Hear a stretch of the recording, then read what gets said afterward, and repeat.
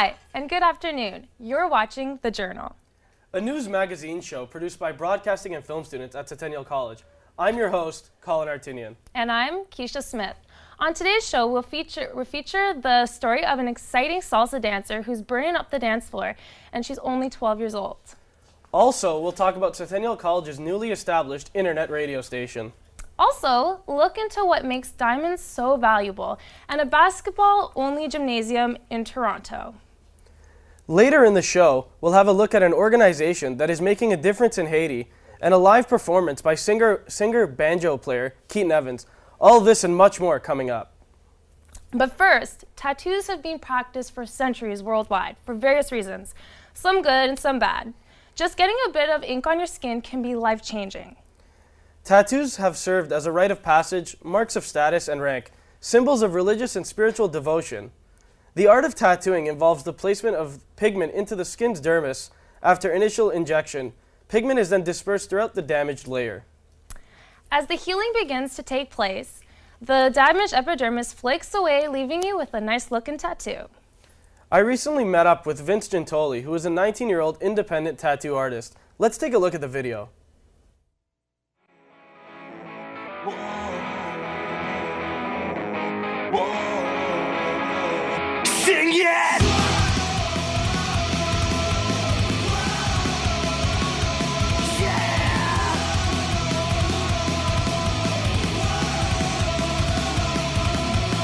I've been tattooing for about 4 years now. Started on my own. Currently still doing it on my own. I've been tattoo school for a little bit, so got a little bit more experience and tips and tricks from there. Started watching tattoo shows. The first one that ever came out kind of inspired me to become a tattoo artist. That one's like the first tattoo I tattooed on myself, is the cross. And then from there I just went nuts. I gave myself a new tattoo like every week. And that one is my last name. Kind of hard to read. I let my dad do that too. I've got ones on my legs. All the ones here I've done myself. Did that one myself.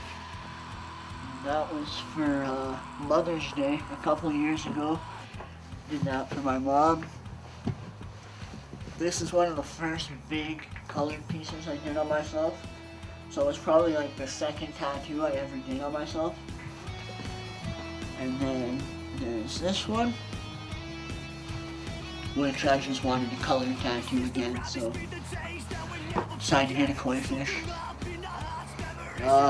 Another life memento right here. It says "Seize life by the throat," but it's backwards, so that way I can read it every time I look in the mirror. My dad would always like lecture me and like push me to like, you know, keep drawing, or you gotta put more money back into it and stuff like that. At the time, it was like, whatever, man, you know?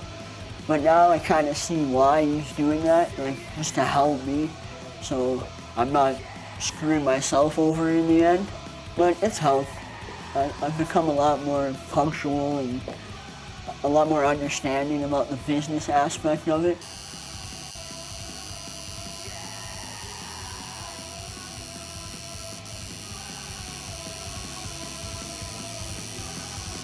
There's been times where I've done tattoos and sat back and like I've actually gotten goosebumps from like looking at the tattoo, because it's like, wow, I actually did that. Like, it's pretty cool. It's a different feeling, man. It's something else.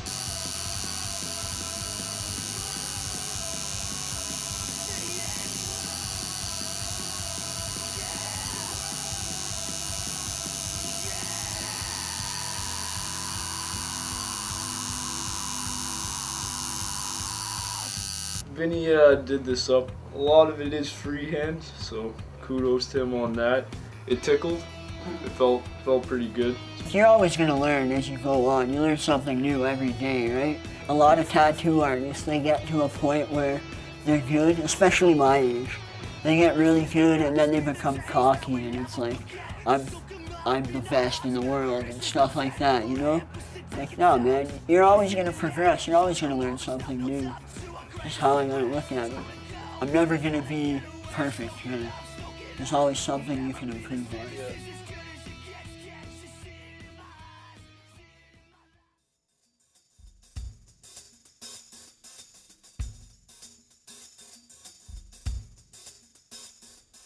So Colin, I couldn't help to notice, but in your show, somebody got a tattoo on their finger of a mustache. It was me. Let me see it. That is too cool. I think you need a mustache. Okay, are we in the right camera? Is that good? Alrighty, that's pretty cool.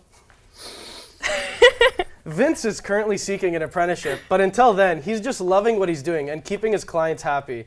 Also, just remember, if you're looking into getting a bit of ink work done, make sure that you approve a new sterile needle is being used. Our next journal story has music, athleticism, style, and a bit of competition. I'm talking about salsa dancing. For the next video, features 12-year-old Briia Comilang, who's one of Toronto's youngest up-and-coming salsa dancers. Let's take a look.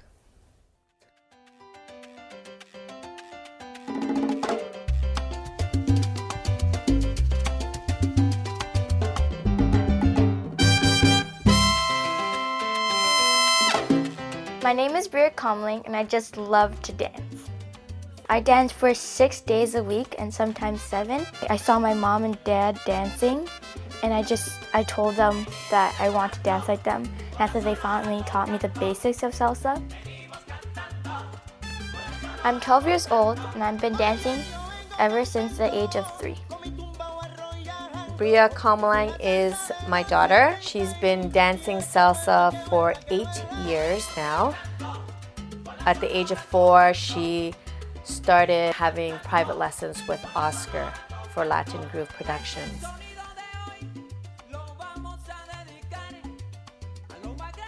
When I practice, I usually go over my routines and I take the criticism that Oscar gives me and I put it towards my dancing.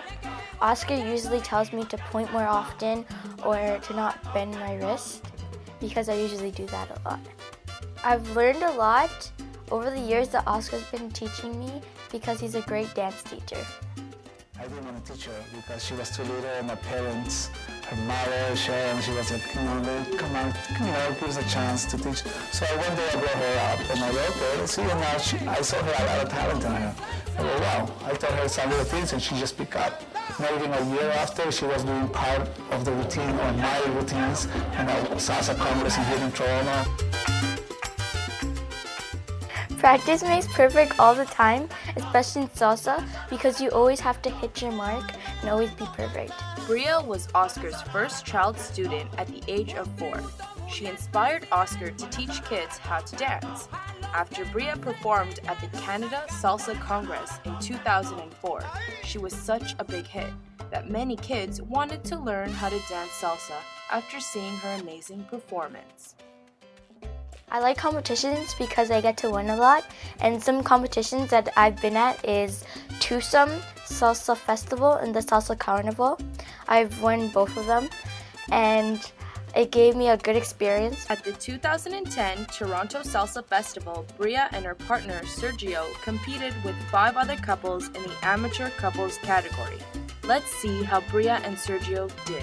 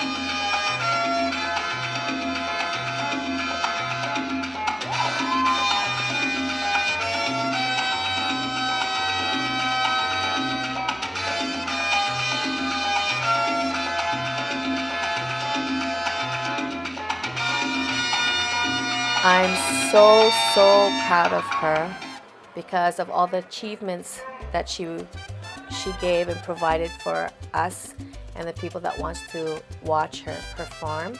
Because that's all she wants to do, is she wants people to see how good of a dancer she is, or she just wants to perform in front of everybody. And that makes her really, really special. She feels like a star. And that's what I think she is. She is a big star for me in my heart. First place with 295 points goes to Briia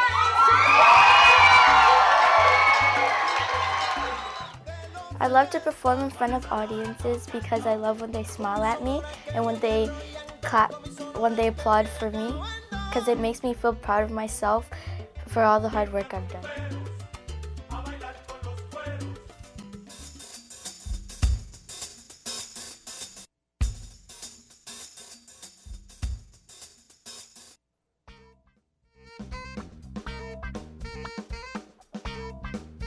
Commercial sick, huh?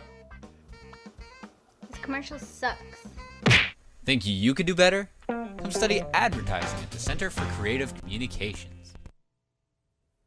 That was impressive. I don't think she'll have any trouble winning a few competitions if you ask me. Keisha, have you ever gone salsa dancing? I haven't, but I'd love to. Have you been? No, I've never been. Why not? I don't know. You want to dance? Yes. Okay, let's go. That's too awkward. All right, Let's that was weird. That was weird. Coming up later on the show, our segment on diamonds and also Canada's only dedicated basketball gym. But first, Centennial College recently introduced its very own internet radio station. The programming is produced by the students and is broadcast from the East York campus located here in Toronto. Let's take a look at the video and see how this all came together.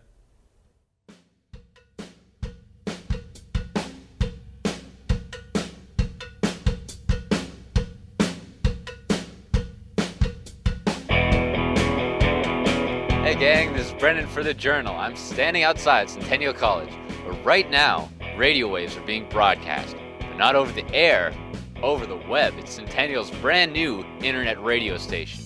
Let's go inside and check it out. Gorilla's on Quarter Music with Feel Good Inc. That's off 2005's Demon Days. So at this point in the show, in the latter half of the show, I usually do a playlist, and this week's playlist is a South by Southwest playlist. My name is Kieran Thompson. I am a third-year journalism student here at Centennial College. I'm currently on placement at Ox TV, and I host a show called Quarter Music that's we broadcast on Centennial Internet Radio. I started doing this last semester as part of a 2-hour current events show, and I was asked to come in and help out. And so what I did was I came in with a 15-minute segment about music, and hence why I called it Quarter Music. That lasted for the majority of the semester, and this semester, since everyone's on placement, I was the only one who volunteered to come back, and so I essentially just took over the show and made it strictly about music and extended it to a full hour. They're on of 3 Grammy wins for Only by the Night. Kings of Leon will hit the road this summer for a full North American tour. This effort began about, I guess, about a year ago with a student in the Broadcasting and Film program suggesting to our dean, Nate Horowitz, that Centennial College have an internet radio station. We wanted to give the students a new opportunity, an opportunity to get involved in radio, not just as radio listeners, but to give volunteer opportunities for students to actually produce radio. Our aim is to encourage students to volunteer, not just from the Center for Creative Communications, but from elsewhere in the college as well. And if we get to the point where we can actually do a public affairs show weekly on a regular basis, so we have a program which is about Centennial College, and that would be further encouragement for students college-wide, especially the other campuses, to listen and to become involved. It's a good opportunity for students to find out if they have an interest in radio and to try their hand at it. And if they do like it, it's a great opportunity to practice and build some portfolio work. There you have it. Radio is still a valid form of information and entertainment. If you want to check out Kieran's show, you can go to this website. It's ondemand.centennialcollege.ca. You can listen live every Friday at 5 o'clock. Also, if you're a Centennial College student and you think you might want your own radio show, just send Ted Fairhurst an email. You can find his email on the website. So that's it for now. I'm Brennan Hehn. Back to you guys in the studio.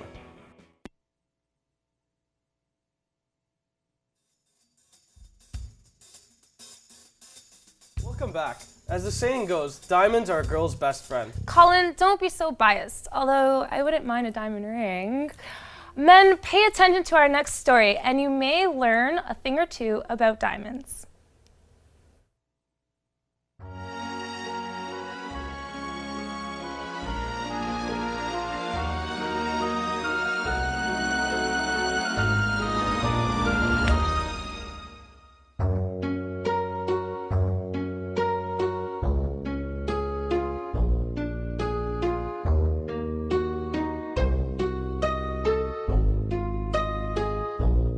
Until the 15th century, only kings wore diamonds to symbolize their courage and power. The word diamond comes from the Greek adamas, which means strength. The ancient Greeks believed that diamonds were splinters of stars fallen to the earth. It has also been said that diamonds are tears of the gods. Another legend has it that there was an inaccessible valley in Central Asia carpeted with diamonds, patrolled by birds of prey in the air. However, the exact origin of diamonds is still a mystery. Hi, my name is Diana and I'm a gemologist, and today I'm going to tell you how to pick a right diamond, because I think a lot of people that come into jewelry stores, they don't usually know what to look for, so today I'm going to tell you what to look for in terms of picking out a diamond. When you walk into a jewelry store, you're usually overwhelmed with the selection of merchandise, but you have to know how to pick the right diamond for yourself.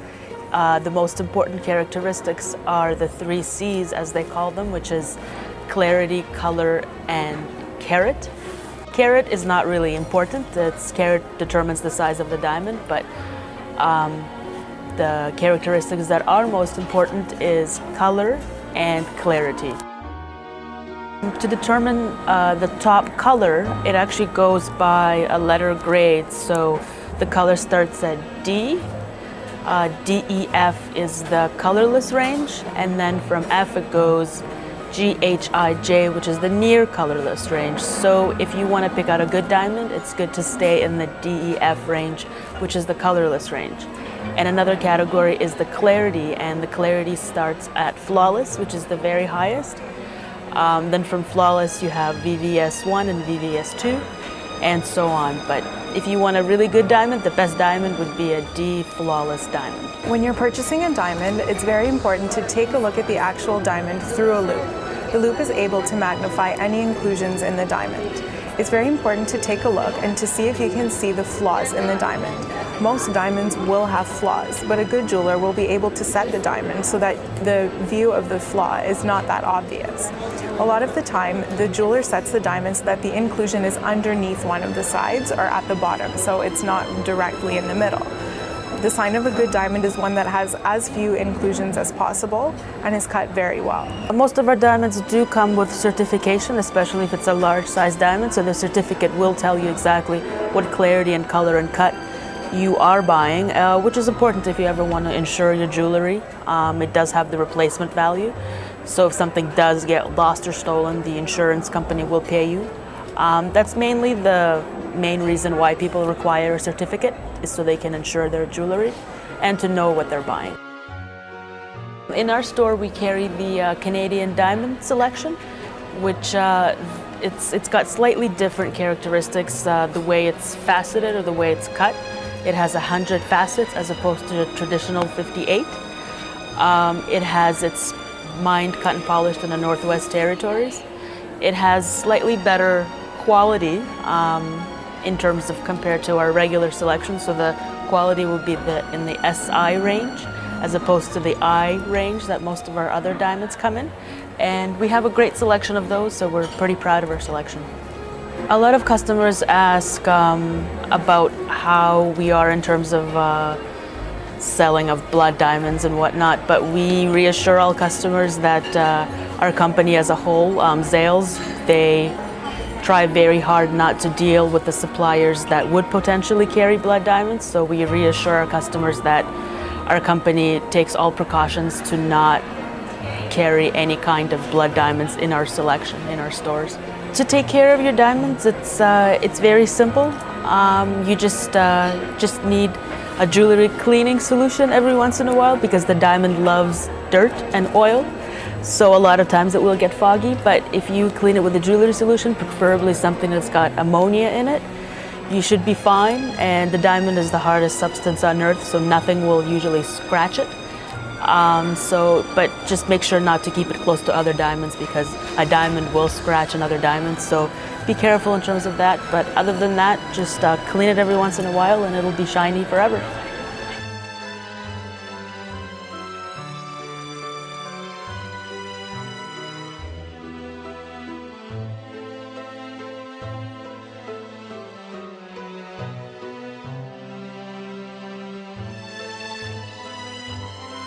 When people come to purchase engagement rings, they tend to buy diamond rings, which are symbols of everlasting, ever-strong love.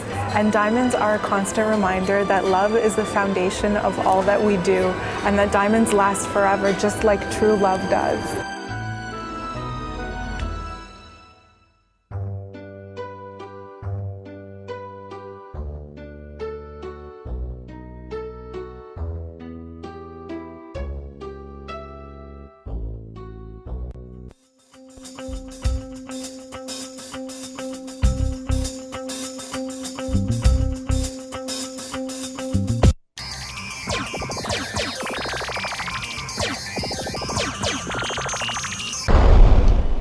I hate this game.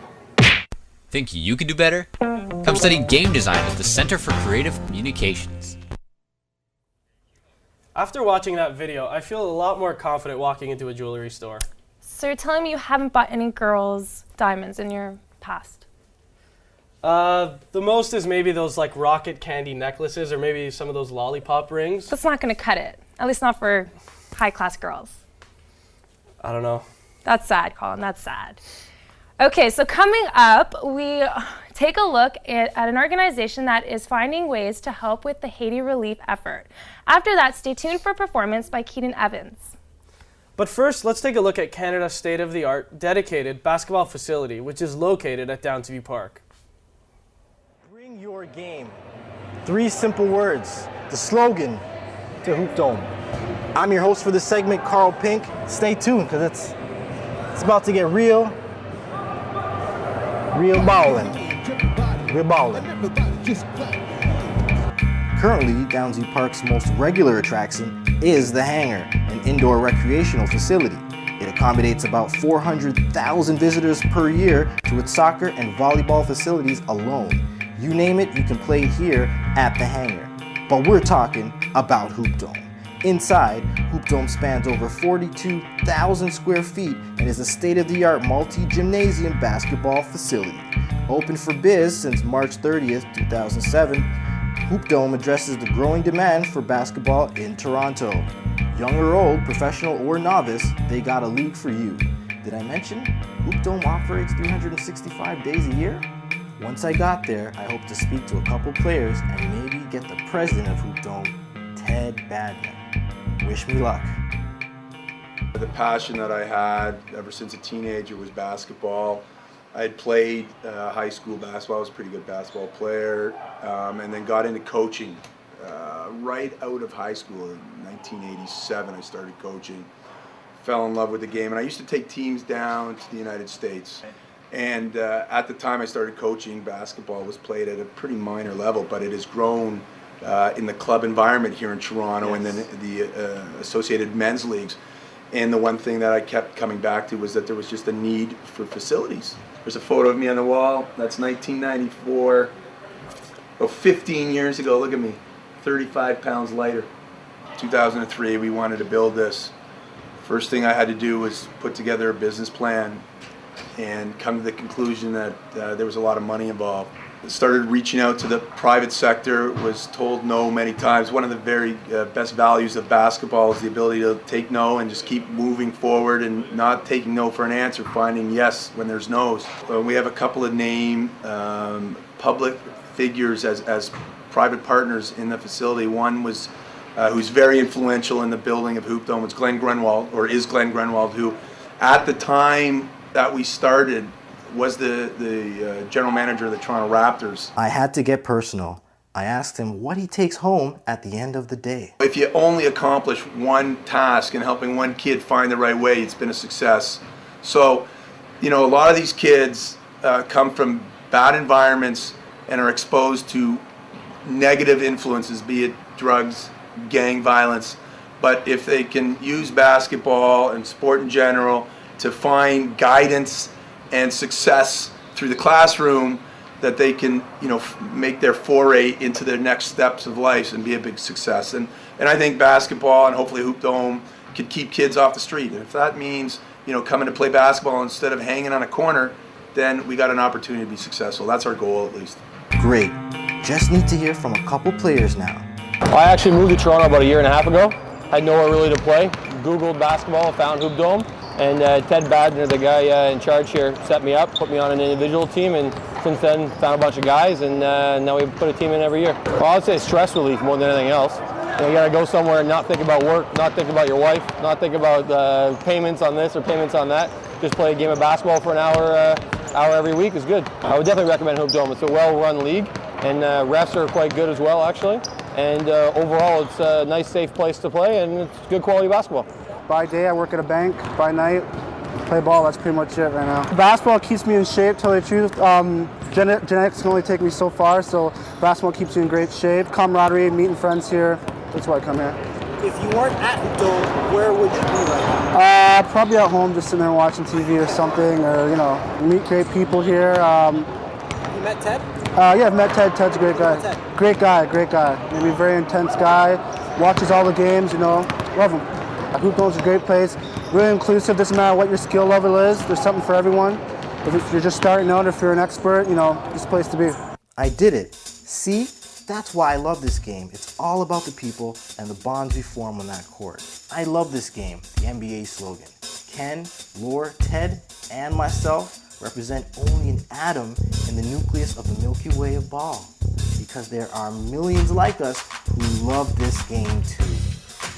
Whatever your reason for playing, just remember to bring your game on the court and in life. You can accomplish anything if you aim for success.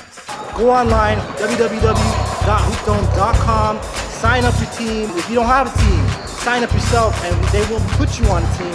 They just want you to be a part of something great. All right? Until then, I'm out.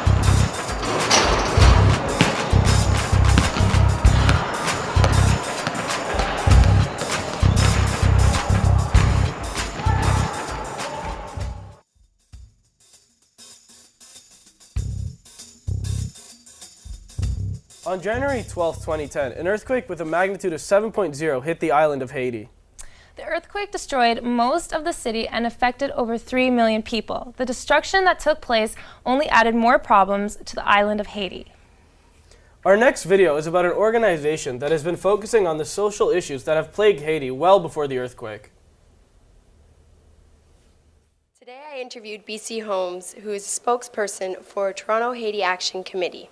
And I know right now you might be thinking to yourself, the only reason I did this story was because of the earthquake that took place earlier this year in Haiti. And though that is what initially brought my attention to Haiti, that's not what this story is about. This story is about the social justice issues that has engulfed Haiti for over 18 years. The Toronto Haiti Action Committee, or we call it THAC, is an organization that came together following the coup that happened in Haiti in 2004.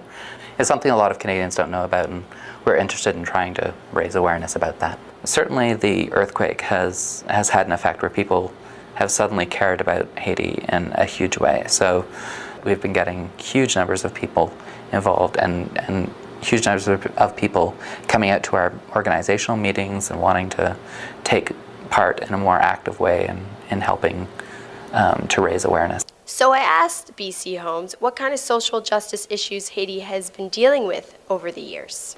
Haiti has had social justice issues for decades now.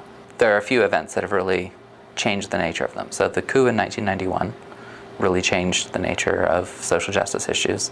Suddenly there was a military regime back in power there. And then the coup of 2004 is the other time in which social justice issues really dramatically transformed. So since 2004, thousands of people have been killed in Haiti. Thousands of people, either because the government was toppled and therefore, all of the traditional peace policies and peace services were destroyed, but also,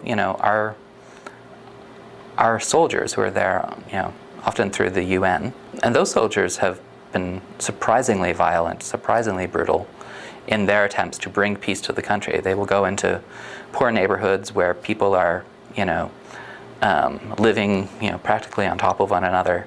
And under the guise of searching for gang leaders, they will, fire indiscriminately in these densely packed neighborhoods, and the effect of that has been horrific. So I asked BC Homes, what are so many soldiers doing in Haiti? They're suppressing this very vocal pro-democracy movement. They're trying to keep them from, having too much say over the running of the government. And then I think a part of it is also, in order to justify doing that for the last 6 years, they've had to repeat these two fundamental narratives about Haiti that have sort of shaped all of our policies toward the country. And I think the two narratives are, A, that Haiti is screwed up, and that narrative comes out in a few ways. They're a failed state, their government is corrupt, they lack the skills to understand how to attract foreign investment, they, have backward economic policies, et cetera, et cetera. And the other narrative is that they're violent. There's gangs that are ruling the country, there's drug traffic. And so these two narratives, like they're screwed up and unable to help themselves, and they're violent, are the same stories that have been repeated again and again over the last 6 years. After the earthquake, Peter MacKay, our Minister of Defense, gets on the television and says, we're sending soldiers down there because our first priority must be security. It's the same story that's playing both before the earthquake and after the earthquake. And what's interesting, I think, is that those two stories about Haiti, in many ways, mirror the stories that seem to support racism in places like Canada and the US. So, if you think about black communities in Canada and black communities in the US, the fundamental stories that we believe about them are, A, they don't have the education to get the good jobs, etc., or B, they're involved in drug traffic and violence and so on and so forth. And so I suppose it's not surprising that these sort of racist narratives about a place like Haiti exist, given that they're the first free black republic in the entire world.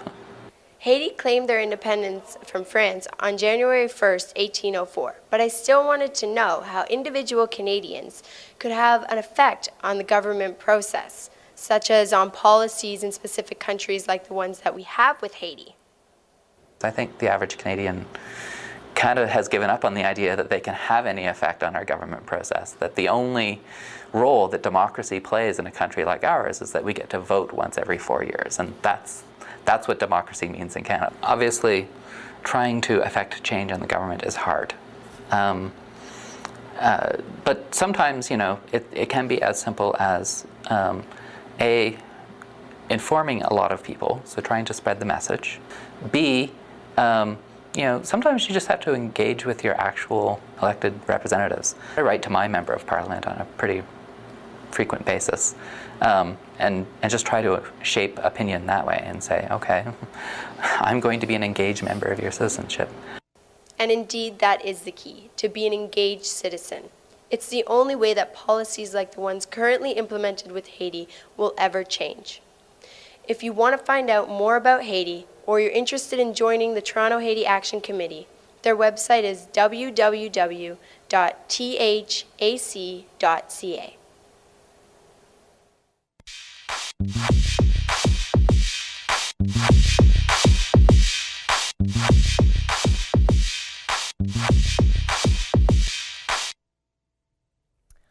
Welcome back.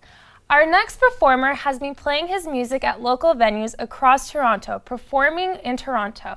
His new song, It's Fun, is Keaton Evans.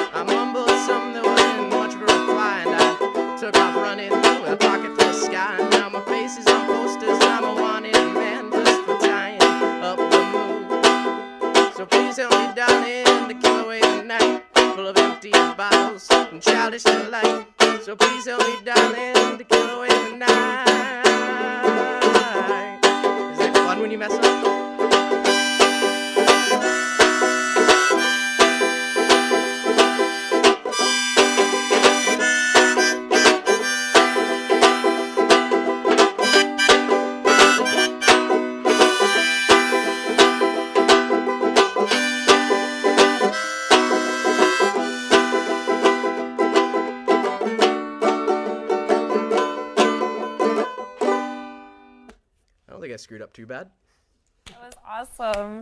Thanks, guys. That was awesome. Really good. Keaton. Thank you very much. When did you start playing the banjo? About a year and a half ago, I decided that I'd go out and buy a banjo. I had a bit of extra cash lying around, which, as you know, being a film student, doesn't happen that often. And you're that good already. I'm that good? I don't know Yeah, if you I'd say are. I'm well. Well, Thank you. I would say Thank that. you. All right. Well, It's pretty thanks. good. Cool. So You can listen to more of Keaton's music at www.antirobotics.tumblr.com. Well, unfortunately, all great things must come to an end. With that said, thank you for watching The Journal. Be sure to tune in next week at 4 o'clock when we feature stories on how to survive in a game of paintball. And how a youth worker is changing the lives of many individuals, but providing them with a little guidance. All this and much more next week on The Journal. See you then. Can you play us off?